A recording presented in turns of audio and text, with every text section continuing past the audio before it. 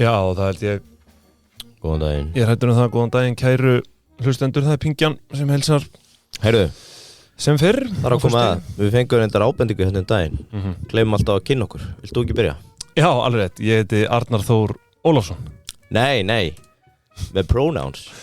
Já, he, him. Já, ég heiti Ibbi, hann þeir, hvítur, deadbot, nú þú. Já, nei, takk, nei. Ég sá einmitt, ég sá hafa verið að gefa út bók daginn. Já. Go woke, go broke. Já. Sástu það? Nei, ég sá það ekki. Það er eitthvað lesefni fyrir þig. Ég held ég þurfi ekki eins og að lesa það.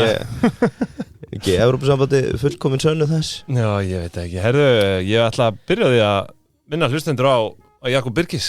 Hann með uppistand. Já, á Jómunni. Alltaf sé hérna, nei á Jómunni. Á Jómunni? Nei, samstarf með Jómunni. Hann er vissulega samstarf með Jómfrúna. Ef þú ferð á Jakob Birgis og bóka borð á Jómunni, eða ekki? Það var afsláttur, ég held að það voru 15% afsláttur. Já. Þetta var svona kombo. Já, einmitt. Kombo, Jakob og Jómann. Já, hann er náttúrulega góðvinur þáttarins og ég hvet fólk til að kíkja á, hvar er þetta ekki þetta er inn á Tex, eða ekki? Jú, alveg potið, hann er búinn að senda okkur þetta á Messenger svona. Já, þetta er á Facebook event og ég veit ekki hvað og hvað. Þannig að kíkja á þetta stórkostlegur, ég fór á pröfu uppstandi hjá honum. Já. Þetta var eitthvað að fyndast sem ég hef talandi frúin mín, hún er ekki mikið fyrir uppstand. Nei. Hún fór á þetta, ég dró hana með á þetta. Hún vældi úr hlátri, hún sagði bara að hún hafi aldrei hlegið mikið eina kvöldstund. Og það er hérna. Ég fór ekki að síðast 22 árgangurinn hjá honum var mjög góður. Gott ef hann var ekki að fara með það áfram inn í 23. Já. Við erum að fá nýjan vintage núna. Þetta er bara 2024 árgangur. Vaxtaverkir. Já, þetta getur orðið gott. Getur orðið gott, mælum með því. 2001, þetta er inn á, þetta er bara inn á, farið inn á Tjarnabíó. Tjarnabíó. Kaupið með það vissulega í gegnum Tix, en það er 4 sýningar. Tryggið ykkur með það. Herru, Yngvi, við erum með rosalega tilkynningu líka. Já. Risastór. Á föstudeginu 13. Ert þú ekki tjátrúafullur? Nei, ég nú ekki lagt það í vana minna. Það var áhyggjur að einstaka dagsendingum. Nei, ok. En kæru hlustendur, 20. september næstkomandi. Já. Það verður fyrsti þáttur í nýrri 12 þátta ársreikningaseríu Pingjunar. Jep. Bingo. Þar hafið þið það. Látið alla og ykkar vita að Pingjan er á leiðinni. Aftur í áskrift. Nei. Aftur í áskriftninga. Þetta verður opið öllum.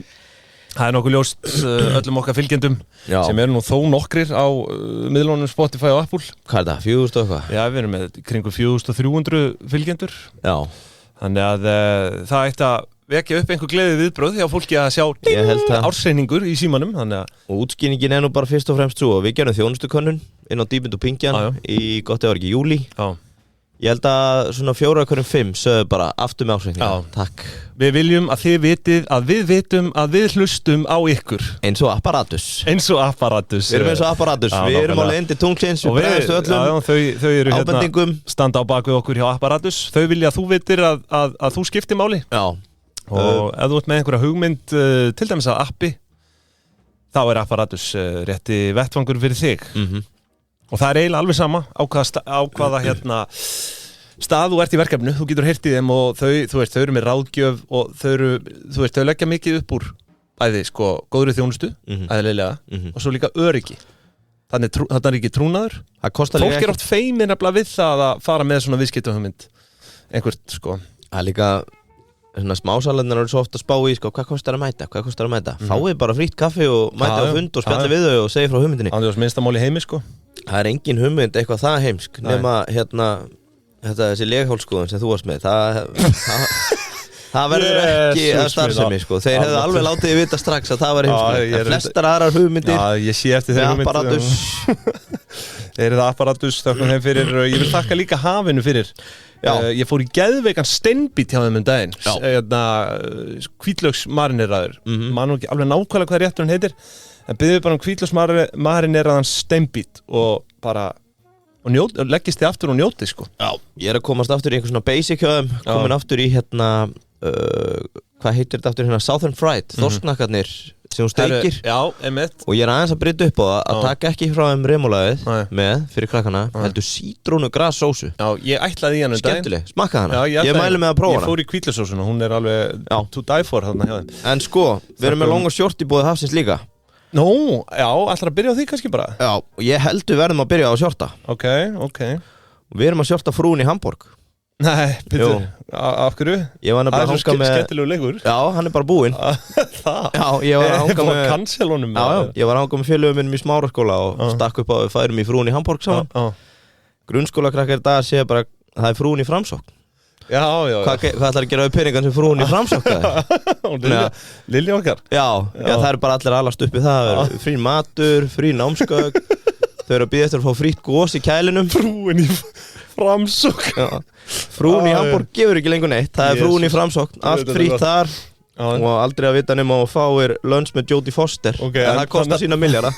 Þannig erum við long frún í Framsókn. Já, við shortum þetta allt sko. Við erum long.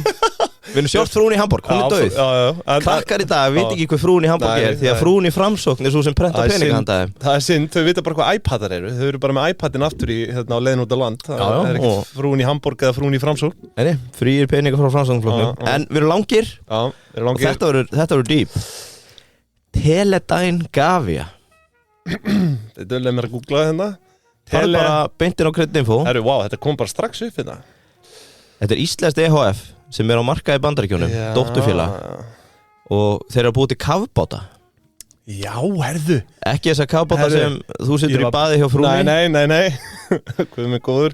Þetta er fyrir herna. Ég var búin að sjá þetta. Það er unofficial held ég að þetta sé fyrir herna. En þetta eru einhverju kafbátar sem komast held ég á 1000 metra dýpi. Eru notaði mjög mikið í svona vöktunarstarfsemi. Þar sem þú ert kannski ekki að senda mannfólk til að fylgjast með meðal annars held í köplum og svona sem var sprengt upp Nord Stream og fleira. En ég ætlaði bara að biðja fólk um að vera long. Hann er endur hann 83 ára, eigandinn. Googlaði nafnið Robert Merabian. Ég fletti maður þessu upp á Kryddinfo. Eigandinn Robert Merabian. Sérðu myndirnar á hann? Já, þetta gæti verið fallegasta motta. Þetta er svakalegt.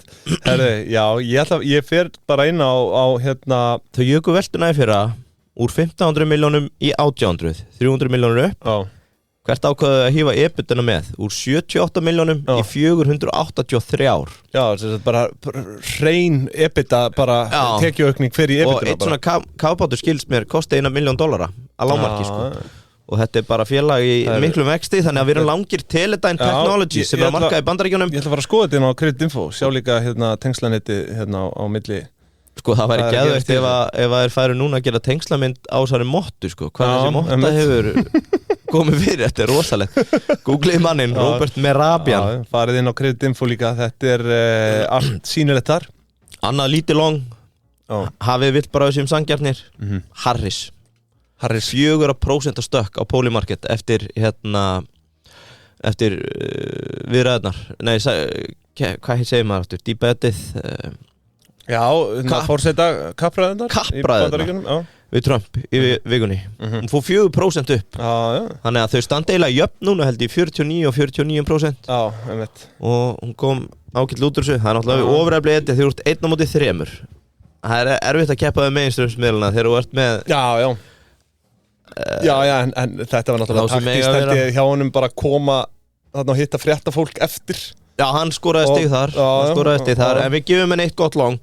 Því ég var vel short í síðustu viku en hún kom bara ágætlega út úr þessu með góða bandamenn hana. Þannig að það er bara eins og það er, við þökkum hafinu fyrir það. Og sömuleiðis Kryddinfo náttúrulega, þetta var þetta þessu öll upp. Þú getur skoðað öll fyrirtækja tengsl og annað þarna. Þetta er í rauninni leikvöllur, þetta er leikvöllur viðskiptamannsins, farin á Kryddinfo. Það er ótrúlegar upplýsingar sem að hægt er að krafsa þaðan út. Þökkum þeim fyrir, en herðu, Yngvi, við erum með fréttivikunar, eins og venjulega. Þú ert með einhverjar... Ég er með svarta skýrslu. Hún er svarta skýrslu. Sko, svo erum við með Svo er ég með græna skýrslu. Svo ætla ég að vera með fjármálamýtur, fyrir hlustendur, líka einhvers staðar inn í þættinum. En sko, ég ætla að byrja á grein sem kom nú bara út í gærmorgun. Er það Financial Myths? Já, nákvæmlega okay. Er þetta eitthvað sem þú lætur ChatGPT gera fyrir þig? Nei, ég reyndar gáð myndband inn á Auratal sem fjármálafræðslu vettfangur ef að það pingju hlustendum ókunnugt endilega farið og kannið það á samfélagsmiðlum. Ég ætla að gera please debunk these financial myths og verð klár. Herðu, það viðskiptaráð Strikes Again. Já. Og þau birtu grein í gærmorgun þess efnis að Íslendingar veðja næst mest allra Evrópuþjóða og við langar eiginlega að segja að þeir hafi hitt naglan á höfuðið enn eina ferðina í þessari grein. Var viðskiptaráð með þetta? Já. Ok.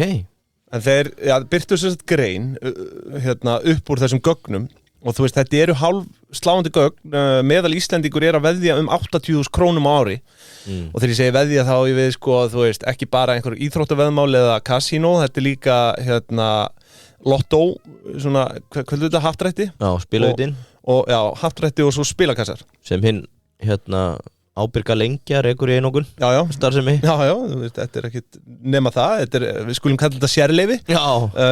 En sko, eins og við vitum að þá eru veðmál náttúrulega ólöglega að þessum nokkrum sérleyfum undaskildu, svo maður spyr sig hvort að nú fari menna að rumska við sér og fara að setja einhvern ramma í kringum þetta hérlendis en eins og staðan í dag veðmálastarfsemi þetta skattfrjálst því allir sérleyfishafar eru svokölluð almannaheillafélög og það náttúrulega einhvern veginn svona dálítið, hvað segir maður, þversögnin í þessu, þú veist. Já, það til almannaheilla? Já, og þessi sérleyfisfélög eru til dæmis þetta Íslandsspil og þau eru í eigu Landsbjargar og Rauðakrossins og svo Íslands Getspá, hún í eigu Íþrótt- og Ólympíusambands Íslands, Öryrkjabandalag Íslands og Ungmennafélag Íslands. Þannig að það eru þessi dæmi þessi almannaheillafélög. Og þrátt fyrir þetta fyrirkomulag sem núna í líði að það eru þessi sérleyfi, þá eru einungis 56% af spilatekjum að renna, þú veist, til Íslands.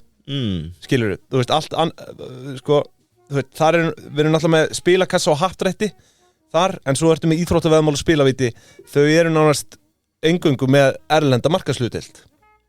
Þannig að Býttu setja aftur spilavíti og spilavíti og íþróttaveðmál eru nánast eingöngu markaðshlutdeild erlendi En það elti fólk bara bestu stöðlana. Já, og þú veist, en samt þetta ólöglegt, skilur, það bara staðan í dag. Er þetta ólöglegt í Evrópu að benda á þetta? Nei, við sýnist Ísland og Noregur vera einu ríkin sem eru með bara eingöngu sérleyfi í gangi. Fyrir 15 árum var mjög stór hluti Evrópu með þetta sérleyfa fyrirkomulag. Nú bara Ísland og Noregur sem sitja eftir. Önnur Evrópuríki hafa verið að taka upp svokölluð starfsleyfi í stað sérleyfa. Þannig að þú veist sem væri miklu eðlilegra fyrirkomulag. Algjörlega. Og þar mega þessir starfsleyfishafar bjóð upp á tilteknar eða allar tegundir veðmála. En á móti skylt að greiða skatta og uppfylla lagalegar kröfur. Án þess að ætla að kafa eitthvað ofan í öll efnistök þessar greinar þá viðskiptaráð að leggja til þessi svokölluðu starfsleyfi að þau verið tekin upp á Íslandi sem geti skilað 4,8 milljörðum aukalega í skatttekjur. Og ég ekki viss að dýralæknirinn og fjármálaráðherrann Sigurður Ingi gæti slegið hendina á móti slíkri ölmusu í ríkissjóð en ég held að það sé nokkuð augljóst ef við lítum á löndinni kringum okkur að þetta kerfi svona úr sér brunnið. Þetta stingur svona líka dálítið í stúfa, þú ert með þú veist að vera að tala spilafíkn og annað en svo þetta í eigu svona þessar góðgerðafélaga. Þetta svona eiginlega villastórið þessu? Já, gæti jafnvel gengið algjör hræsni? Mér finnst þetta svona, eins og ég segi, stinga í stúf. Við tilgang þessara félaga að, þú veist, ég veit ekki, þetta ekki bara hringa vitleysa? Jú, svoköldu. En í boði ríkisins við þökkum þeir það Vítis vítarhingur segi. En ég hvet fólk bara til að lesa þessa grein inn á viðskiptaráði. Þetta eru stórmerkilegar upplýsingar sem að koma þetta fram. Þetta svona, hún lengri kantinn greinin, þannig að ég ætla ekki að vera að þreyta fólk en það nokkuð ljóst að það alveg svigrúm til breytinga hér og náttúrulega hefur verið tala fyrir því heillengi. Sko, já, ég hugsa að ég segi þá bara skilið við þessa frétt í bili. En það sem að svona kannski bara hæst í vikunni var auðvitað nýtt. Ég held að allir sem að spá í þessu markaði þetta að lesa greinina þetta Laxdal í sumar, það sem að gjössalega jarða þetta fyrirkomulag. Já, algjörlega. Það eru margir sem hafa verið háværir en Daði Laxdal vissulega hefur dálítið svona farið mikinn í fjölmiðlum hvað þetta var. Nú, eins og ég segi, það sem bara hæst í vikunni var líklega nýtt fjárlagafrumvarp og það fór eflaust ekki fram hjá mörgum en þú veist, ég ætla ekki að sem fyrra ég ætla svona að stikla kannski á stóru meira kannski að taka eitt sérstakt fyrir því að maður náttúrulega hreinlega farin að bíða bara eftir gjaldtöku per andardrátt í þessu þjóðfélagi nú að fara að taka síðasta skrefið í innleiðingu nýs, einfaldara og sanngjarnara gjaldtökukerfis af ökutækjum og eldsneyti eins og þau orða og nú fyrsta skrefið var auðvitað stigið síðustu áramót þegar kílómetragjald á raf og hybrid bíla var innleitt og svo var díselbílar inn í þessu líka en núna að bætast við þess að 233.000 ökutæki og með innleiðingu kílómetragjalds mun þeir sem aka vegakerfið greiða fyrir afnot þess í samræmi við notkun og þyngd ökutækja sem sagt nú eru bensínbílar næstu áramót að dettin og þetta kemur fram í nýju fjárlagafrumvarpi. Jú legum við mikið af bílum maður. Já, og sko gjaldtakan samkvæmt þeim hérna mun þannig með gagnsæjum hætti endurspegla betur raunverulegan kostnað við notkun vegakerfisins. Og sko, eins og staðan í dag greiðir fólk á rafmagns- og vetnisbílum 6 krónur á kílómetran og þau sem eru á hybrid greiða 2 krónur og nú eins og ég segi það bætast við 233.000 ökutæki og já, hvað segir þú? Þetta ekki líka að fara að breytast þannig að núna loksins lækkar bensín og dísel og verður bara í beinu samhengi við ekki beinu samhengi við heimsmarkaðsverð en jafnar út því að það var alltaf þessi fasti inn í bensinu en í staðin fyrir við bara að fá gíróseðil frá ríkinu að við erum bara að borga auka skatt. Ég held að þetta verði þannig. Ég held að þetta verði þannig en ég var stórlega. Þannig að 1. janúar verða allir ógislánaðir þegar bensinu byrjar að lækka og svo sjáðu reikningin með 9. janúar heyrðu ég þarf bara að borga þetta í staðin beintiríkisins. Getur ekki verið að þetta sé svona? Basically, það verður eitthvað afnumið þarna af bensíninu sko en eins og ég segi, ég efast þau væri að ráðast í þessa framkvæmdir nema að þetta myndi skila þeim netto einhverju, þú veist, einhverjum þau þurfa að fá eitthvað í vasan surplus sko. Það þarf að fara í einhver gæluverkefni það þarf að eiga fyrir því það þarf að gera það, en þú veist, sko, máli var að barnamálaráðherra horfir á biðlistana fyrir allar einhverju greiningarnar og heyrna á talmennastöð ef þú sitja fjármagni þetta Nei, en sko málið bara í einhver gæluverkefni. Málið að þetta eins og ég segi 233.000 ökutæki og hér að fara að sjá alvöru innspýtingu sko, ég hvergi náðu að finna réttar tölur með, þú veist, krónur per kílómetra fyrir þetta í vegakerfið? Fyrir bensínbíla.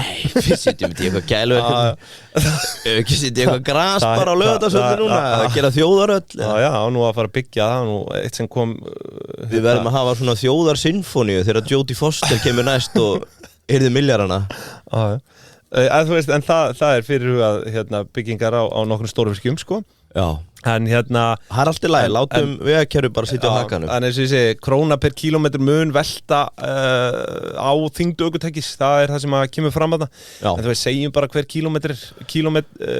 kílómetr verði 4 krónur þú veist, þá erum við að og þú veist, tökum sem dæmi bara 10.000 kílómetrar per bíl að meðaltali ég held að 14.000 sé meðaltali samt en þú veist, segjum 10.000 því að þetta eru kannski einhverju ökutæki sem að, ég ætla bara að segja 10.000 Þetta er bara ennill landsbyggðarskatturinn það eru dýrt að fljúa, fólk sem þarf að keyra frá Egilsstöðum til að sækja þjónustu í bænum Hlustaðu á mig, þetta eru 9,3 miljardar í ríkissjóð bara fyrir þessi nýju ökutæki, bensínbíla og eitthvað ættu þau auðvitað geta gert fyrir þann aur En líklega mun þetta bara enda í einhverju allt öðrum vegakerfinu sjálfu. Já, þú veist, þetta er bara að fara í gæluverkefni. Við séum með eitt versta vegakerfi heims. Veginir eru orðinir hræðilegir. Evrópu. Þetta er orðinir hræðilegir. Reynda að fara í gegnum Selfoss á föstudögum eftir klukkan 2. Reynda að komast í bæinn á laugardögum og sunnudögum eftir klukkan 12.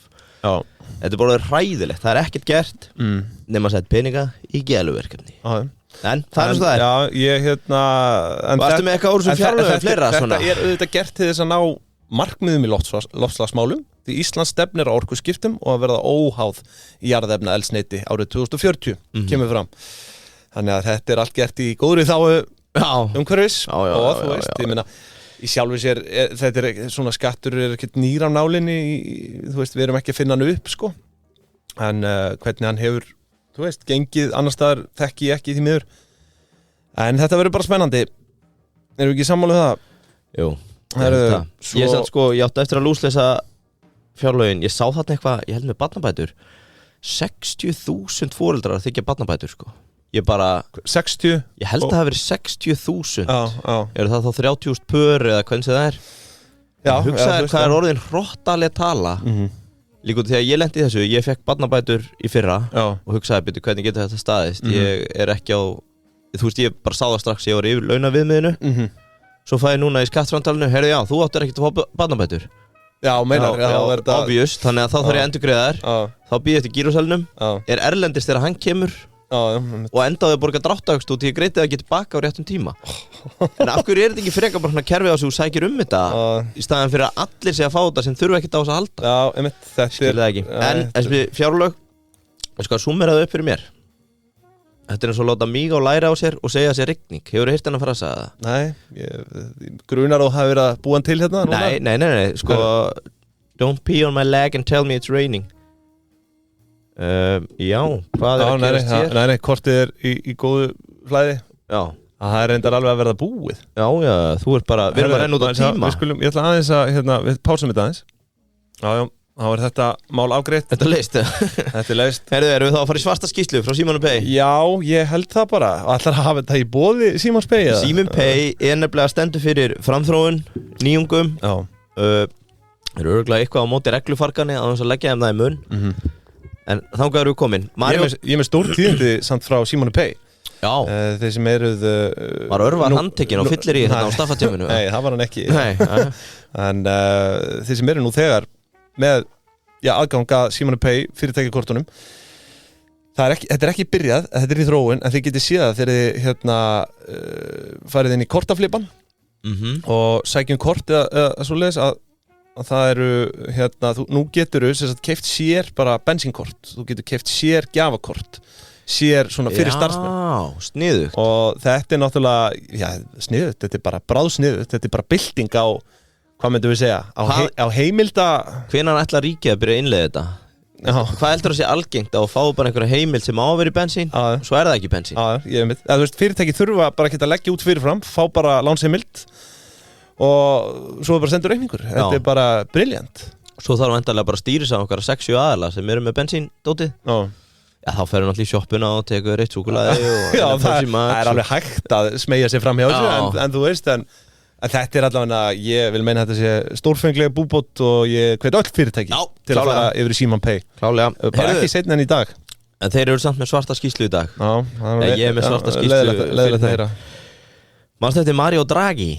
Nei Ég kalla hann eiginlega bara einn af þessum tækniklerkum Evrópusambandsins Hann er fyrrum forsætisráðherra Ítalíu var held ég inn í Seðlabankanum líka Já, þessi það er nú allir flestir að kannastu þetta nafn Hann fekk það mikla verkefni í fyrra að birta skýrslu Super Mario samkeppnishæfni Evrópusambandsins going forward og ríkja þess og það eru vægast sagt áhugaverðar niðurstöður sem kom úr þessu svona samantektin samt sem kom frá honum er að lausnin er að það vanti meiri pening Já Hann telur að vanti það bil 800 milljarða evra til að geta byrja að keppa við Kína og Bandaríkjunum í svona þessum helstu greinum sem að voru tilgreindar og það er sko varnarmál er eitt af því svona mikilvægir hvað segir maður, góðmálmar eða bara málmar og hrávurur, þau eru náttúrulega háð núna eiginlega bara held ég eins og með náttúrulegt gas eru þau háð Katar, Rússland og Bandaríkjunum þannig að þú veist það innflutningur á öllum helstu hráfurum fyrir meginlandið Evrópusambandsríkin Þetta bara fallandi stórveldi Já í Evrópa, þetta bara í frjálsu falli ég nú viðrað áhyggjur mínar yfir þessu Já, ég ætla að rýna nokkra punkta eitt sem var samt skemmtilegt það var eitt sem benti strax á það að þetta væri svo að gefa veikum gamalmennum á elliheimili próteinshake í vonum að verða aftur stór og sterk það að segja að meiri peningar ekki að fara að bjarga þeim Þetta þetta ógeðslega góð líking sko. Þú veist, Evrópusambandi bara eins og veikt gamalmenni og þessar 800 milljarðar eru bara próteinshakein Það verið að reyna að gefa honum próteinshake til að reversa aldrinum Já, til að komast í bekkin og taka 80-100 sinnum eins og Kína og Bandaríkin Sko, ég held svona átakanlegasta staðreyndin var svo að niður á einstaklinga þá hagvöxtur per einstakling nær tvöfaldast í Bandaríkjunum frá árið 2000 á meðan hann hefur staðið í Evrópusambandinu þannig að síðastliðin 24 ár þá hefur hagvöxtur per person eins og ég skildi, var ekki per capita? Já, per capita Stað og meðan hann hefur næstum tvöfaldast í Bandaríkjunum hann talar innovation deficit þar sé að bara þau eru í nýsköpunarskuld einhvers konar eins og staðan í dag Evrópa tískumiðstöð og ferðamannaparadís þetta eru tveir iðnaðir sem að bara gjörsamlega halda uppi efnahæginum Ég sögðu það í sumar, þú býr til peningan annar staðar og kemur til Evrópu til að eyða þeim Svolítið svona eins og Ísland, peningarnir verða til á landsbyggðinni og svo ferðu bara niður á Alþingi og eyðum Sko, hann bendir á að það öllum orðið ljóst að reglufarganið og tæknikratarnir í Brussel búi til verðmæti bendir á að Evrópa stendur höllum fæti gagnvart öðrum ríkjum þegar kemur að þessum hráurumárum, málmum og öðru sem mikilvægt fyrir hernað, orkuöflun, orkuskipti og svo framvegis Hann tekur dæmaði hvernig samkeppnisyfirvöld innan Evrópusambandsins eru farin að koma í veg fyrir framþróun og efnahagslega farsæld 2019 þá komu þau í veg fyrir samruna þýsks og fransk fyrirtækis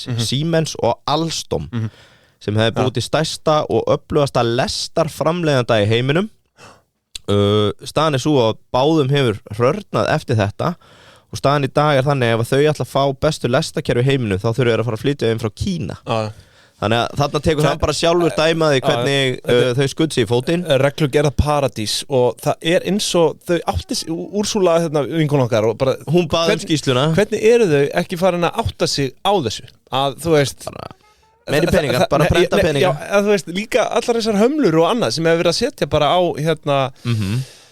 bara alls konar drasl sko.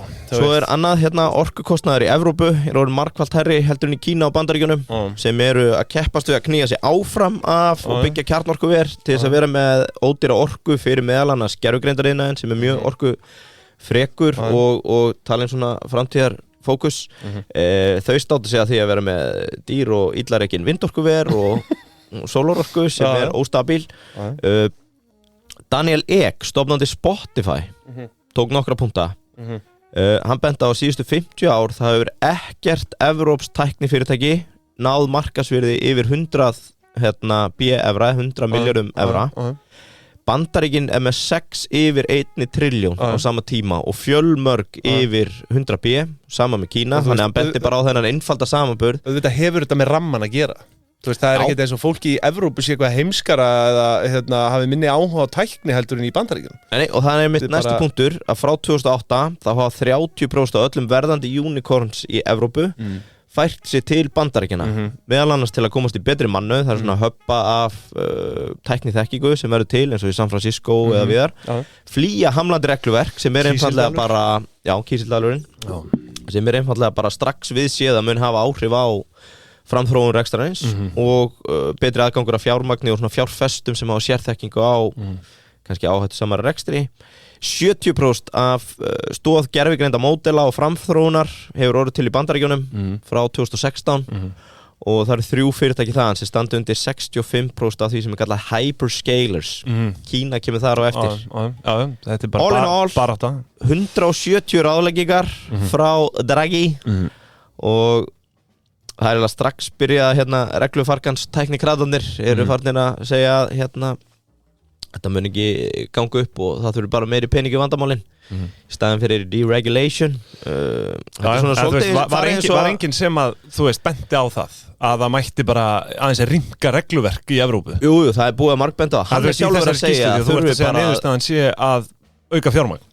Já sko, það einn punkturinn hjá honum en hann bendir á það í einum af þessum 170 að regluverki farið að hamla þeim. Það svo að vera með stein í skónum, svo að vera með framsókn í ríkisstjórn að að eins og núna með gervigreindina. Hvað var það fyrsta sem Evrópusambandið gerði? Það var að búa til víðfeðmustu regluverk hvernig gervigreind á að vera áður en að fólk byrja að þróa sem bara fara að gera það verkum að fólk strax byrja að segja, heyrðu, ég ætla ekki að byrja að vera með eitthvað gervigreinda fyrirtæki ef ég verð strax eftir í stopp.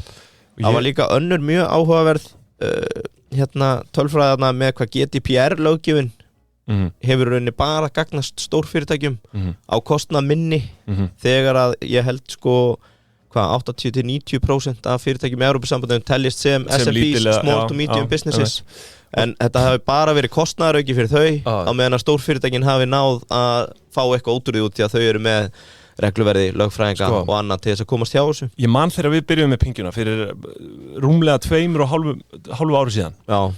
Þá eiginlega svona hlómaður að þessu, bara svona að þess hvað þið að gera, þú veist, því lítur rugl. En núna þetta í alvörunni farið að valda með stórfelldum áhyggjum. Já. Þetta í alvörunni bara svona, ég get alltaf gert grína þessu, sko. Þetta eiginlega bara, staðan bara grafalvarleg í Evrópu, sko. Já. Við verðum bara upp á þeirra samkeppnisefni það er verið að traðka á Evrópu og þú veist, þetta woke mind virus, þú veist, það sem að gerast hérna? Go woke, go broke. Já, þú veist, ég veit ekki, eins og ég nefndi hérna, go woke, go broke. En svo bent líka á fleira, bara eins og með háskólakerfi í Evrópu að dragast á eftir og ef þú spyrðið að því, hvaða, segjum að þetta að velja 10 háskóla fyrir börnin til að fara. Hvaða háskóla nefnir frá Evrópu sem þú myndi vilja senda því?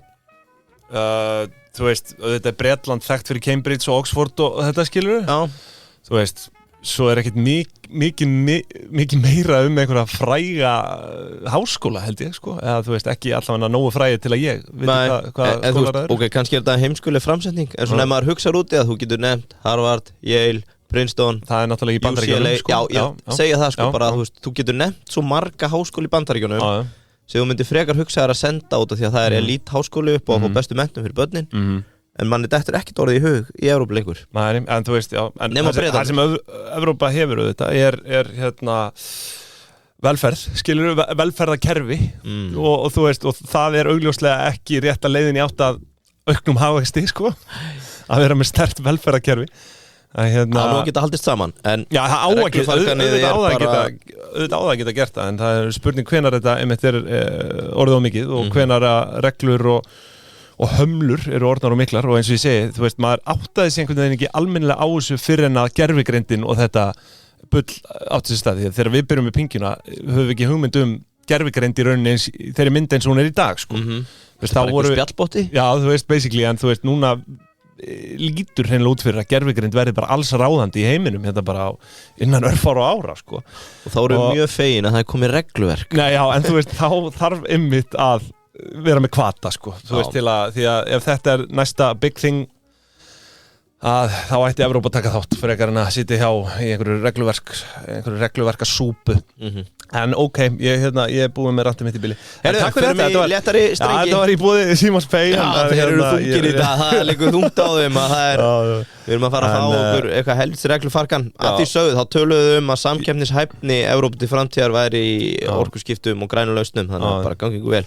Bizquiz vikunar með Teija. Já, ok. Ertu klár? Já, komdu með það. Teija vilja vera með létta spurningu fyrir þig og til að létta fara í viðskipti við Teija. Það nefnilega fáránlega létt. Þannig að nú spyr ég, fræg er sagan af Mjallhvít og dvergunum Bíp. Hvað eru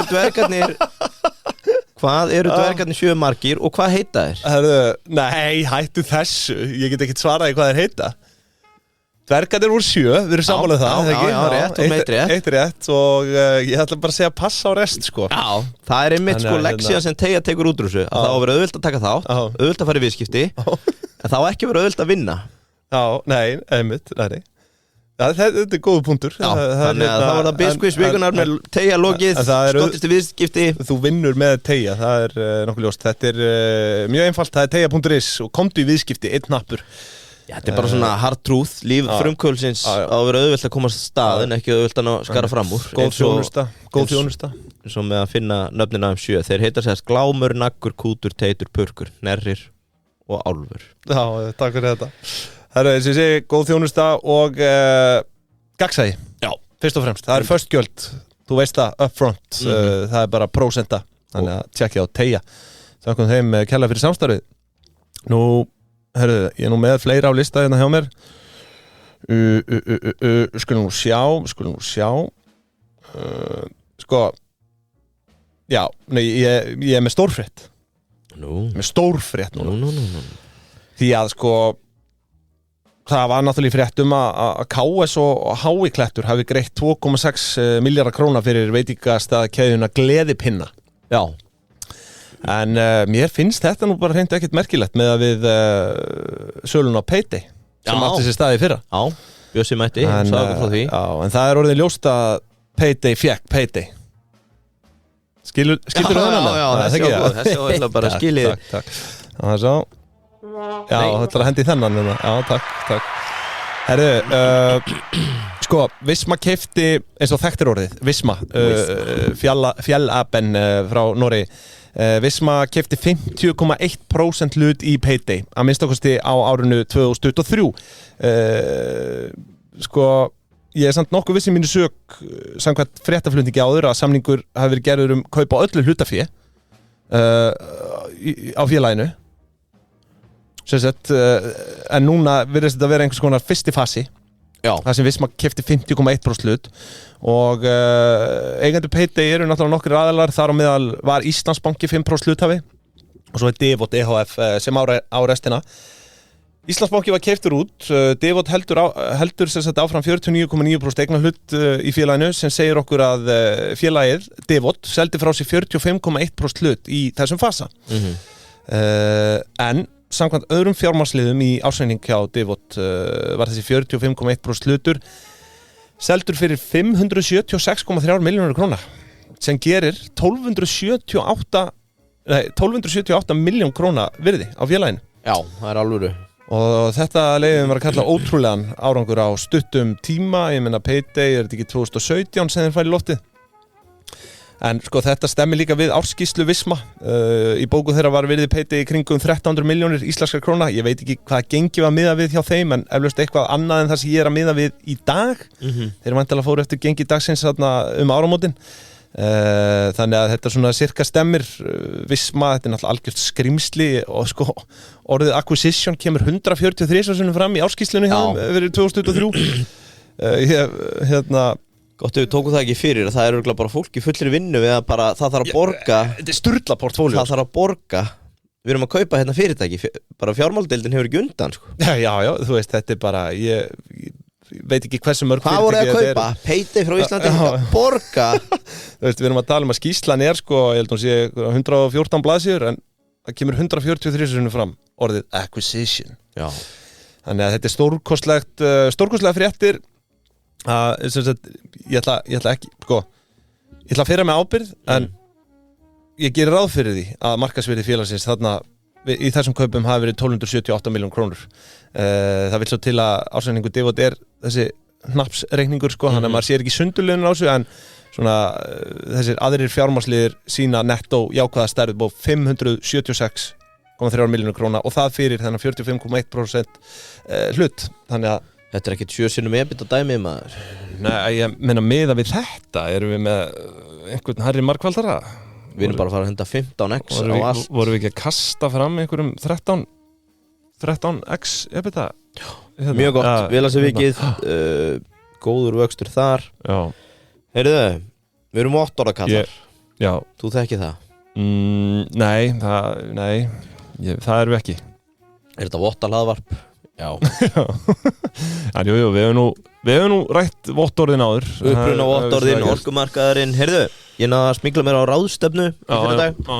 Og því að við erum nú búin að vera að fylgjast með þessu. Ráðstefnur eru bara ekki fyrir mig. Nei, ég bara búin að komast að því Ég var enda mjög hrifin að því, það satt stelpa frá Finnlandi við hliðin á mér og hún var ekkert mætt þarna til að vera eitthvað fylgjast með sko. Nei.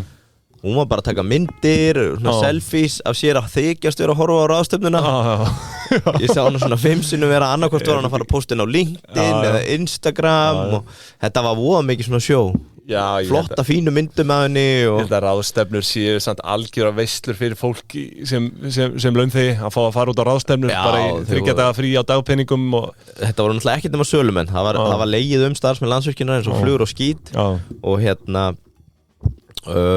ekki sögur meir það Herði, smá recap á þessum upprunavottormarkaði það var allt vitlaust sko, það verður allt vitlaust svona einu svona ári þegar Íslendingar haldaði sig að framleiða úr kjarnorku og gasi því við þekkjum þetta og svo fattar menn að við erum bara först í kerfi hjá Evrópusambandinu þar sem við erum að gefa Landsvirkjun basically pening sem ekki hægt að hafna sem sagt þetta upprunavottorskerfi sem held ég 1 vottor fyrir hvert framleitt megawatt í fyrra var það síðan breytt að það orðið valkvætt að kaupa upprunavottorin það var nú allt vitlaust þá því að einhverjir raforkusalar voru að segja að væri verið að fleita við þá kostnaði ég held að það ekki komin einn gögn fram núna hversu margir einstaklingar eða fyrirtæki hérna heima eru raunverulega að borga fyrir þetta ég þó nefnt 1 First Water landeldið í Þorlákshöfn þeir segjast stoltir borga upprunavottor því að það hjálpaði að fara að hærra verð fyrir lax þannig að bara gangi vel með það þetta valkvætt Lalli frændi a.k.a. Landsvirkjun var með 900 milljónir fyrir þetta 2019 og það fyndið að hugsa til þess að 2020 þá sagði Þórdís Kolbrún að það kemur til greina að hætta þessu bara loka á þetta og það væri til í að endurskoða sölu uppruna ábyrgða Landsvirkjunar ég held að getur verið mjög fegin að hún fann sér einhver önnur verkefni þar því að þetta voru held ég 5 milljarðar í fyrra sem að koma af þessu hérna heima til Landsvirkjunar verða kannski kringum 6 milljarðar í ár þegar við tókum þetta síðast fyrir þá var verðið minni mig í 7-8 evrum og það var svona frensi í gangi 2022 það sleikti 10 evrur semst fyrir hvert vottorð og þá og nú spáði maður ekkert svakalega mikið í þessu en ég hef aldrei skilið eftirspurnina nýja frambúðið sko ég skil frambúðið hvernig þetta verður til hvernig búið þetta til rættum þetta, tókum helguðum hluta úr þætti í þetta sko og vonum teknir á teppið en sko það sem ég lærði á Lalla frænda hérna á miðvikudaginn frambúð eftirspurn bara til þess að koma okkur hérna í smásing það voru mjög flotti fyrirlesarar sem komu þarna frambúð í Evrópu 2022 var sögulega lágt í vindi, sól og vatnsafli þar að leiðandi það var eitthvað graf þarna sem ég glemt taka mynd af það var bara mun minna frambúð af einingum sem naturally skapar skort og eftir á hyggja getur maður að sé að verði náttúrulega bara skyrocketar á meðan ég var að senda þér mynd af price distributionu sem ég hefði ekki séð áður hvar sendur mér það? Var það bara á Messenger?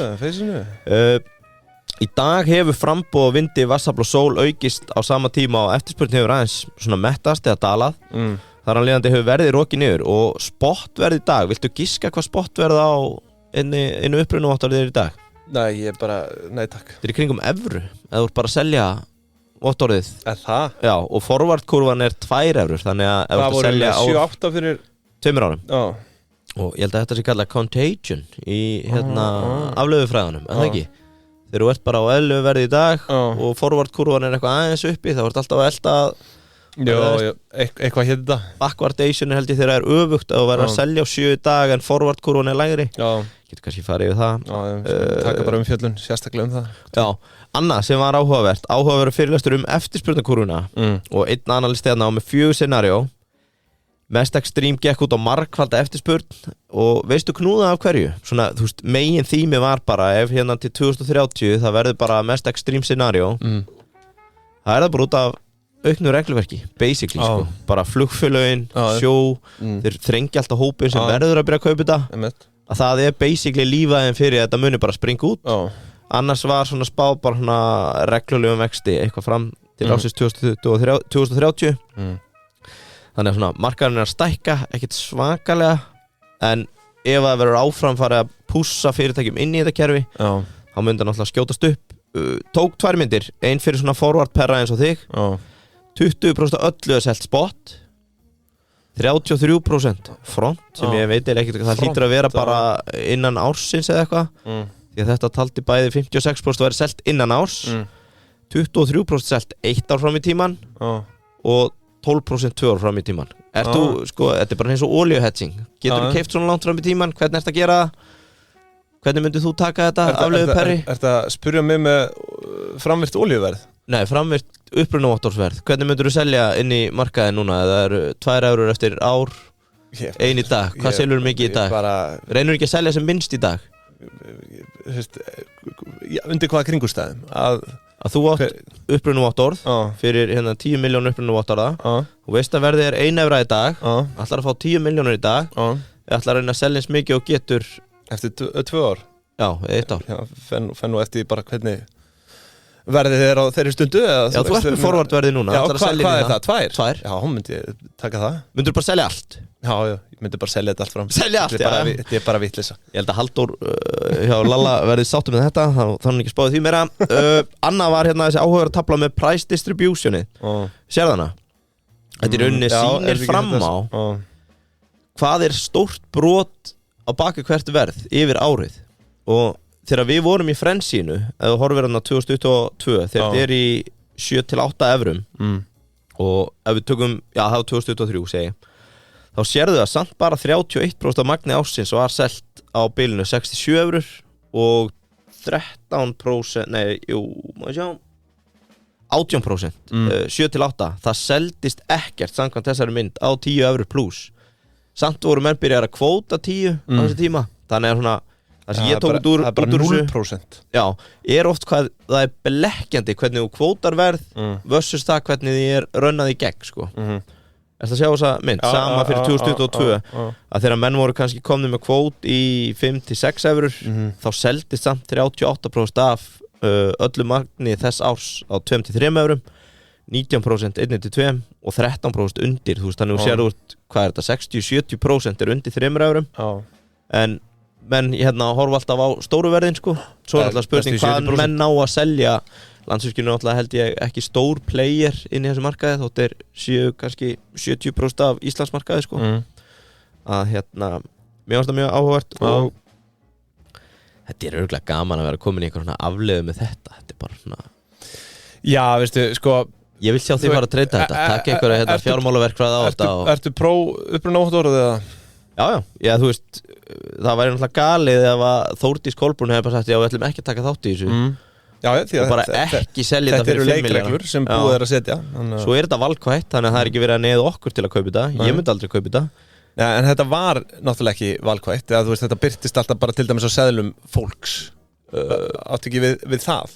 Nei, já, við að sko Landsvirkjun var með þetta inn í verðinu held ég framan af Svo í fyrra byrjaði bara að segja, heyrðu, þú getur keypt rafmagn, strípað eða þú getur keypt rafmagn með upprunavottorðum þetta sé gert á Íslandi og það er eiginlega svo tölfræði sem ég býð spenntastur eftir að vita núna hvað margir Íslendingar eða íslensk fyrirtæki sögðu bara, herjá, við erum að borga fyrir íslenskt rafmagn og við erum að borga hérna 3-4 evrur eða 1 fyrir að, þú veist, að vera með vottorðum Já, einmitt sem ég held skipti engu máli Ég held að íslenski orkumarkaðurinn gæti verið eitt svo mest spennandi í dag Sumar opnuðu 2 kauphallir fyrir raforku Já og ég segi eiginlega bara to be continued mér langar að taka aðeins betur fyrir í öðrum þáttum Varstu eitthvað búin að kynna þér það? Nei Landsnet, ríkisfyrirtæki okkar sem sér dreifingu eða hérna viðhald raforkukerfisins þeir stofnuðu dótturfélag sem er með kauphöll sem heitir þetta Elma Já, ég man eftir þessu og svo er hérna Lalla frænda Veteran sem var komin á stað með fyrirtæki sem heitir held ég Vonarskarð og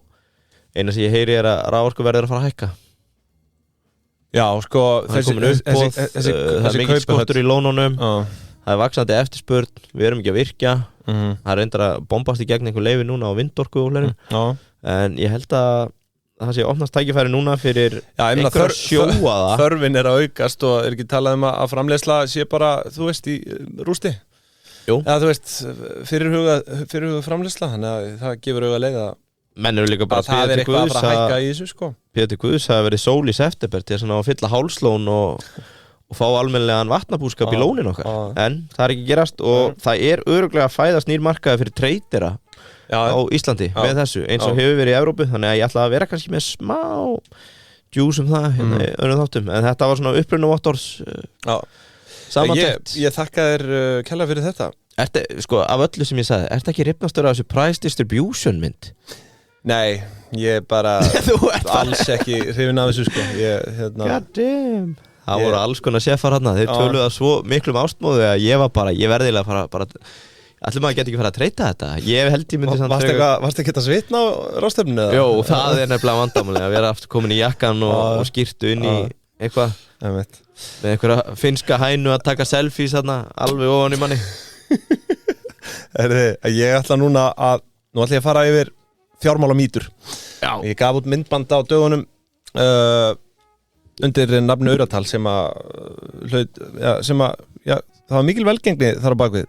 Það eru 40.000 mann sem sáu þetta á TikTok og 10.000 á Instagram, þannig að það var mikið að því þessir rússnesku bottar sem út að borga. Ég veit Nei, það er ekki verið að greiða neinum bottum, ég skal taka það fram. En ég ætla að hafa þessa umfjöllun í boði Go-leigu. Já. Það er Go-leigan og sko Go langtímalega eða ekki? Jú. Ertu að fara í skamtíma? Nei, Go langtímalega sko, en það er náttúrulega núna það sem við kallum vetrarleigu. Hún er frá september til maí og þetta er sko, þið getið skoða úrvaliðin á golega.is. Við erum með 10.000 króna afslátt ef þú skrifar pingjan í athugasemd og það verður 10.000 króna afslátt af fyrsta mánuði. Þannig að ég mæli eindreiði með þessari vetrarleigu. Við erum með svo kallar skólatilboð líka og þetta er náttúrulega bara flott fyrir fólk sem er að hefja námið og svo líka bara fyrir fjölskyldu fólk eins og svo ég tali fyrir sjálf á mig. Það er barn á leiðinni. Maður verður að fara í uppgreitt. Hvernig gengur undirbúningu? Ertu búin að gera bakpokan sem fyrir upp á ætlar að vera heimafæðingu eða hvernig það er ekkert búið að ákveða neitt með það. Þú ert svona heimafæðinga kall eða ekki? Nei, ég er nú ekki myndað með neina skoðun á því. En við bara taka þetta í sófanum heima með einhvern vassballa. Skoðu það, en farið inn á golega.is. Já, heyrðu, ég var ekki búin að segja ég hitti Steinar fyrir austan. Já. Maðurinn er fákinn vél. Já, hann var að tryggja sér var hann ekki hvað er þetta, hreindýragætt? Hann er hreindýragætt, hann var þarna bara með vasanhífinn. Helvíti reffilegur, beint á leiðin á veiðar, gæti einhverja gæja. Svo bara beint á fjórðasvæði á einum góðum Hyundai Dacia Dacia Sandero og sjálfur að fara að skjóta á svæði 4. Þetta er ólíkita tól, þessi maður. Ég vil fá auglýsingaherferð af honum bara þarna á Daciunu upp á hálendinu og það var óskandi. Það gett gott. Það var óskandi. En herru, Ingo, ertu reddi með ætlar ekki að debunka? Jú, ég skal debunka í beinni. Ertu ekki að fara að debunki mitt? Jú. Ertu tilbúin? Já. Sennilega algengasta mýtan það sem að fólk svona trúir að sko, þeir sem er á háum launum peningavaks á trjánum séu ríkir. Já. Að það sé sama sem merki á milli hárra launa og að vera ríkur einstaklingur. Og þetta er náttúrulega þarf enga veginn að haldast í hendur vegna þess að eins og hlustendur pingjunar ættu nú að fara vera búin að átta sig á að það er eignamyndunin sem að gerir fólk ríkt. Auðvitað hjálpa há laun til við það að þú hefur auki fjármagn til að leika þér í eignamynduninni því að það er bara leikur at the end en það er vissulega það sem gerir þig ríkan og það þarf að fjárfesta. Það er nú bara þannig. Ertu með eitthvað komment á þetta? Sko þannig þetta er mýta að þú verður ríkur á þessum launum? Já, sem sagt að há laun gerir þig ríkan instantly. En þarftu þá ekki að taka ráðuneytisstjóra á liðið sem gerir ekki neitt hjá Íslenska ríkinu út fyrir sviga því að þau eru með 1,5 til 2 fasta vinnu. En ætli þau eyði ekki bara persónulega eins og í vinnunni? Já, þú veist bara eyðu öllu. Þú fær mat frá ríkinu í hádeginu á flestum þessum stöðum. Já, en ætli þau finni ekki alltaf leið til að eyða þessu í eitthvað? Já, og þau verða ekki rík á endanum. Já, eigi bara húsið og hvað veit maður? En það var svona sem ég datt í. Svo er bara ríkur afstætt hugtak. Hvað er að vera ríkur? Ég meina, ef þú átt húsnæði, ertu ríkur, þú veist, þá áttu kannski 100 milljónir í eignum. Já, hver er einmitt skilgreiningin að vera ríkur? Er það Bjarti? Ég myndi, sko, þú veist, þetta er bara afstætt. Já. Meina, sitt finnst hverjum, segir maður það ekki. Já, ég þarf að mitt ríkidæmi liggur í tíma. Ég ræði tíma mínum alveg 100%. Nema þegar ég þarf að hitta því og taka upp pingina. Já, fyrir utan það. Ég er sammála. Þú veist, það fyrir mér er sko ég er ekki fastur í umferð nema ég kjósi svo að pynta mig. Ég myndi segja að þú ert ríkur að þú getur stjórna tíma þinn. Já. Það er mjög góð punktur. Ég líti á það sem ríkidæmi. En þetta er rétt hjá þér með þetta þetta oft kallað lífstílsverðbólga því hærri laun, því hærri lífstíl og það eru ákveðna stéttir sem eru líka bara þekktar fyrir þetta. Ok, hvað stétt? Nei, ég ætla ekki að nefna það. En hérna, ég vann í banka, maður þekkir ákveðna stéttir sem að fá há laun eða því öllu. Herðu, Mýta 2 þarf að vera efnaður til að fjárfesta og hafa vel upp úr því, skilurðu? Og þú veist að einhverju leiti auðvitað þarftu fjármagn til að eignast fjármagn, sko. En það að geta ekki fjárfest nema þú sett ríkur svona algeng mýta að fólk veigra sér við því að svona ég á engan pening þannig að þetta skilar engu. En vandamálið að fjárfesting sko ekki bara að kaupa hlutabréf. Það líka, þú veist, ég meina netkúrs í einhverju gæti verið fjárfesting. Já. Tölum bara mannamál hérna að þú langar að forrita vefsíðu, kaupir netkúrs á $20 eða eitthvað og lærir bara upp frá þeim kúrs að forrita. Svo ertu farin að geta selt verkefni og þá þetta náttúrulega ekkert annað heldur en fjárfesting. Þannig að þú þarft í raun ekkert meira heldur en bara braskaðli. Oft bara tímaðinn, sko. Þú veist, ekki einu sinni pening, sko, til að fjárfesta. Ég er með slæma fréttir hérna af gervigrindinni. Það eins og hún sé sammálaðir, sko. Ég hef eitthvað skrifað þetta vitlaust. Ég fæ alltaf bara eitthvað 5 punkta sem eru sammála þér. Já, ok. En upp á að byrja að fjárfesta, þú veist, því að fólk hugsa oft hlutabréf og annað. Að veita fjölskyldu og vinum smálán alltaf besta leiðin til að byrja. Nei, það ekki. Segja að þú færð 5.000 skall ef ég fær 7.500 tilbaka. Það road to riches. Varst þú ekki með þann punkt? Nei, ég var ekki með þann punkt. Herðu, Mýta 3, þetta það sem við heyrum því miður allt og oft hjá ráðgjöfum að setja allan auka pening inn á höfuðstól og húsnæðisláni. Já. Og þetta virðist vera svona mainstream ráðgjöf sem ég skil að einhverju leiti því að þetta örugg leið en þetta ekki algilt. Þú veist, fólk hefur auðvitað mismunandi svona preferensa, skilur við, þú gæti vilja eiga varasjóð í 6 mánuði, þú gæti vilja sett pening í eitthvað annað verkefni sem að mun skila þér umfram ávöxtun en að setja inn á höfuðstól. Eins og að fjárfesta? Eins og, já, bara basically að fjárfesta, en þú veist, það svo sem, eins og ég segi, mjög örugg leið að eigna mynda að setja inn á höfuðstól. Þú veist, það tiltölulega áhættulaust. Því að þú kortið búinn að skuldsetja þig. Akkurat. En það geta verið alls fer svolítið eftir áhættuprófíl hvers og eins. Já, algjörlega. En mín regli í þessu myndur ekki alltaf vilja elda bara vextina. Ef þú ert að borga hærri vexti af húsnæðisláni, heldur þú ert að fá í vexti af auði. Basically það þumalputtareglan. Já. Og þú segja það sem mýta. En svo bara spurning, nei, að þú veist, mýtan svo að þú átt ekkert í öllum tilfellum að setja inn á húsnæðisláni. Já. En það sem ég segi, þetta fer eftir ávöxtun og kröfu hvers og eins. Ég meina, ef þú sérð verkefni sem að mögulega geti skilaði 20% ávöxtun, af hverju ættir að leggja þessa 1 milljón inn á húsnæðislánið? Já, það alltaf einhver Bitcoin trade og annað sem þú getur tekið fyrir. Já, þú veist svo, nú ég bara að tala til dæmis þitt eigin fyrirtæki, það ekkert ólíklegt að nára ávasta eigið fyrir þitt mörg 100% á einu ári, þú veist, við höfum nú síðan aðeins gert og það gerist reglulega. Þannig að það ekkert algilt í þessu, en eins og ég segi, til að taka það fram að líklega það að þú ert ekki með stórt áhættuþol þá það skynsamlegast að leggja þetta inn á höfuðstólinn. Nú 4. og næst síðasta. Það líka annar punktur með það, við tókum raunvextina, þar segja hvað svona meðalvextir á húsnæðislán dag, 9,5 eða 9%? Fyrir þetta bara verðtryggðu eða óverðtryggðu, en við erum með alveg 10 upp í 11% á óverðtryggðu. Já. Og svo ertu með sparnaðarreikningana sem að auður borgar held í hæst 8,5 eða 8,6 8,75. Já, þannig að þarna sérðu augljósan vaxtamun, ok, ég ætti frekar að vera borgin á láni, borga af þeim vöxtum heldur en að taka 8,7. Annað sem kikkar inn, að það tekinn fjármagnstekjuskattur að þér. Já, fokkin mánaðarlega. Maður verður að auðvitað að sko sem þú borgar ekki, sem þú spara þér að það setja inn á láni þarna. Samt tips með það, við verðum að átta okkur á því að það allir með frítekjumörk upp á 300.000 krónur. Já, sem pottet verið að hækka núna í þessum fjárlögum. Já, frítekjumarki, það gott ef það hækkað, sko. Já, en þeir hækka bara skattana með og allt hitt, sko. Já.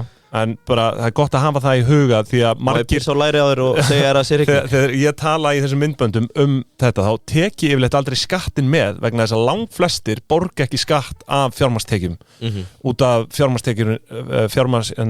frítekjuskattur, frítekjumörkin dekka það. Þannig að það er þá hinn þöggli minnihluti sem þarf að borga þetta. Já. The rich people. Já, basically. En í essence það sem þú varst að segja er alveg rétt að en svo náttúrulega með verðtryggt lán þá veist ekki hver verðbólgan verður og annað sko, þannig að en ok, fjórða og næst síðasta mítan og ég nú talað það í þessum þætti með kreditkort, það er alltaf talað þú veist það lögð svo mikil áhersla á að kreditkort sé svona hættulegt tól sko. Hefur ekki 100 sinnum sagt þessa línu með kreditkort? Jú, ég er mjög regluð þar, þess vegna ætla ég að hafa þetta bara stutt bara þú veist, frí færslugjöld og engin færslugjöld og vaxtalaust lán í mánuð, þú veist, það er svona þú veist, ef þú kannt að nýta þetta til góðs Já, en þú borgar árgjald Já, en þú veist, þú getur sloppið með, ég held að ódýrast árgjaldi sem ég fann var 2.500 krónur. What? Þannig að á kreditkortið sem að almennt kreditkort. Svínríða mér þá. Þannig að en þú veist, því dýrara, því fleiri punktar og tryggingar og allt svona, þú veist, þannig að fólk verður bara að meta það. En eins og ég segi, þú kemst upp með að borga bara 2.500 krónur árgjald með kreditkort. Og ef þú kannt að nota þetta, þú veist, hefur stjórn á neysluninni, þá er ekkert að kreditkortum. Þannig að ég ætla að dýbanka þetta hér með að kreditkort séu slæm fyrir þig. Já. Herru, síðasta Anna, mér langar að mæla með því, það er að þetta námslán á kreditkorti Já, og þú getur sett tryggingar á kreditkort líka sem sett borga greitt tryggingar og, Ég vissi það ekki Já, og þú bara safna punktum og þú veist þetta er bara, ég mæli með því það er bara gott sparnaðaráð Herru, síðasta og að mínum að þetta er svona sko minnst talað sko og það er sennilega því að það er þykir óábyrgt vegna þess að skuldsetning, þú veist, þetta er svona Ok, punkturinn er sá að allar skuldir séu slæmar. Skuldir eru oft, talað skuldir í slæmu samhengi og minnst allt og mikil áhersla lögð á þessa neikvæðu hliðar skuldsetninga eins og aðalega kannski hér á Íslandi, ég veit það ekki. Það er náttúrulega til góða skuldir og það er til slæma skuldir. Þú hefur heyrt um þetta eða ekki? Jú. Já, þú veist, slæma skuldir væru vantilega bara svona... Já, þú veist... Já, ég veit hvort það var. Já, þú veist, slæmar skuldir, yfirdráttur og þú veist, vextir yfirdráttalánum og greiðsludreifing og bílalán og eitthvað sem að, þú veist, þú ert ekki að eignamynda umfram, þú veist, skuldina. Þú veist, það er það sem við myndum kalla góða skuldir og er náttúrulega mjög þekkt fyrirbæri það sem við kallum gírun. Að gíra sig, skilur við, og þú veist, til dæmis, tökum eitt dæmi 20-falda gírun í evru, við erum það. Já, nei, auðvitað sko, er ekkit fyrirfram víst hvernig fer, sko, en við höfum talað seljendalán áður. Já. Það væri til dæmis gott dæmi þess að þú getur rauninni margfaldað eigið féð þitt með því að nota svo kallaða gírun. Já. Þú veist, seljendalán er ekkert annað en gírun. Þú kennst líka oft frá lántökugjöldum sem bankarnir taka og getur bara fengið betri kjör eða með réttan aðila. Þannig að þú veist, en þetta er eitthvað sem að mér finnst í alvörinu mætti bara svona leggja áherslu á í bara fjármálafræðslu og öðru grunnskólum eða whatever, sko, að þú veist Fun fact með þetta. Það er alltaf að halda ykkur frá skuldum, þú veist, vertu skuldlaus, þú veist, ok, virka fyrir einhverja en yfirleitt þeir sem að ná mestum árangri eru, þú veist, nýta lánsfé. Það er bara ef við tölum hreint út, sko. Maður þurfa að kunna þola áhættuna, en gírun er góð. Getur verið góð Þannig að Herru, ég ætla bara að koma með fun fact Það er að dettin á, ég ætla bara að koma með fun fact Nei, ég er löngu eftir að tala um þessu gerfugreind og bara sammálaði með allt Bjóð bara til fleiri punkta fyrir þig Já, takk fyrir En varstu búin eða þetta á síðasta? Já, þetta á síðasta Fun fact með seljendaláni að það er að koma inn á kennitalan.is í dag eða í gærkvöldi Herru, já Eitt stærsta, ég ætla ekki að segja hvað fyrirtækið er Þetta er eitt stærsta svona content vefur landsins 6.000 heimsóknir á dag 8.000 greinar gengur vel og það er möguleiki á seljendaláni frá seljendum sem er að selja þetta þannig ef það er einhver ungu braskari Ég myndi kaupa þetta bara til að fá reynsluna á seljendaláni Já Nei, bara þú veist, þetta eru einhverja milljónir sem þetta mun kosta og þarna ertu mögulega að leggja út bara eitthvað smotteri fær lánaða rest hjá seljendum og getur mjög fljótt að vera öflug í svona SEO eða bara auglýsingasölu eða fleiri bara mjög fljótt fengi þetta greitt upp og margfalda yfirfé eins og þú segir það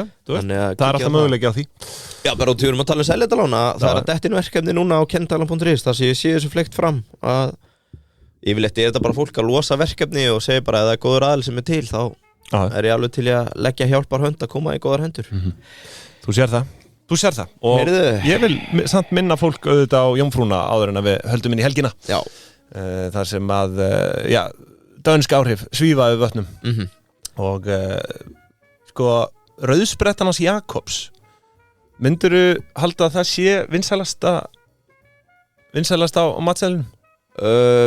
Nei, ég held að roast beef sé vinsalast. Já.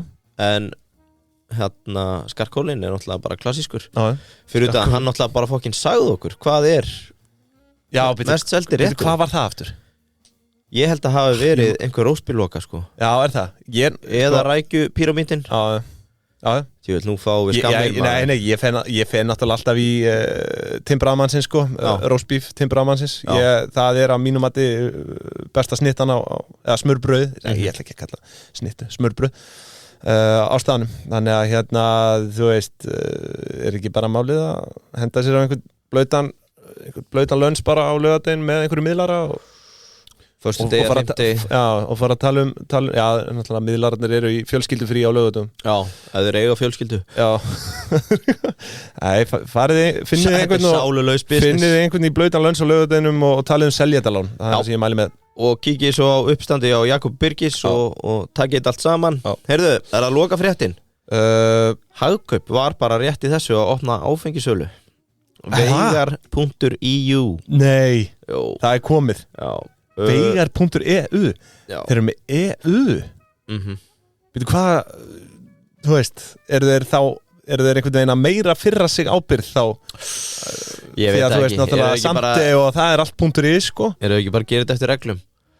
Jú, en þú veist, er eitthvað léna, þú veist, eru einhverja reglur hvað það var þar eða? Ég þekki ekki. En annað, bara til að loka þessu á alvarlegu nótunum. Þetta er ótrúlegt að sjá. Já, í þetta skiptið, má koma því að 10. sept var Píetadagurinn, það var sjálfsvíga. Já. Ég held að drengir sé orðnir algengasta dánarósök ungra drengja. Já. Og langar bara að hvetja alla til þess að fara þarna inn, leita sér hjálpar. Já. Það var sjálfsvíg mér nærri fyrir ekki svo löngu. Já. Og það sem er ofta óttast er að þetta kom í bylgjum. Já. Eins og varð á Egilsstöðum fyrir heldur 10 árum, Reiða fyrir 30 árum. Þannig að menn óttast þetta hið versta. En ég hvet alla bara til að leita sér aðstoðar og sérstaklega þá drengi sem er að hlusta eða við vitið að einhverjum í vanda að hafa samband. Já, við koma til. Ég held að það sé ekki spurning vert málefni. Já, annars bara gangið heilinn í helgina. Veigar.eu ef þið viljið sökku ykkur í eina Tomasi Gratisio. Þeir eru með labbaran. Drekkuð þú eitthvað sem labbara eða? Það er þarna hundavíni, 2000 skall. Menn eru oft í labbara, þá veist að þeir eru svona valjúkallar. Hundavín? Já, hefur ekki farið í labban eða? Nei, ég held ekki. Já, Labrisörfa, þetta er hundavín sko. Þú tekur hálfa sjálfur, setur hálfa í sósuna og hundurinn fær restina sko. En er þetta til dæmis, er þetta eitthvað ódýrar? Nú sé Peroni stikkið á 408 krónur.